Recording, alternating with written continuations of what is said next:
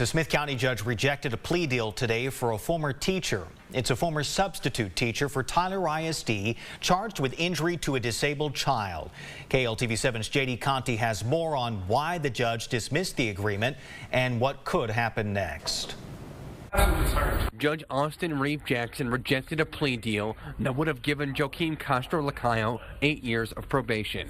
It also included serving 4 days in jail each year starting on the anniversary of the incident. Castro is accused of throwing a student to the floor at Moore Middle School, then restraining her for several minutes.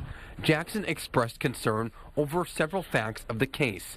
Castro was not a certified teacher.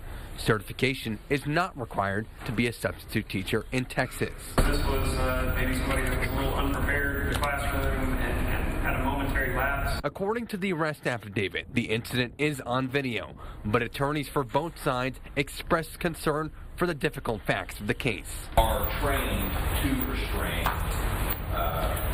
and what this kind of comes down to is he did that incorrectly. Prosecutors say the victim's family agreed to the deal. Judge Jackson ultimately threw it out. Maybe we let the community tell us on this one what's appropriate. These are their kids, their schools, their classrooms. There's undoubtedly some benefit to the probation. There's also, I think, that the district and the parents in the district have a right to believe that the consequences might be more severe. Both sides will now work for a new resolution. A trial is still possible. JD Conti, KLTV7 News. And we're told Lacayo can take back his previous guilty plea if he chooses to do so. No court dates are on the calendar just yet.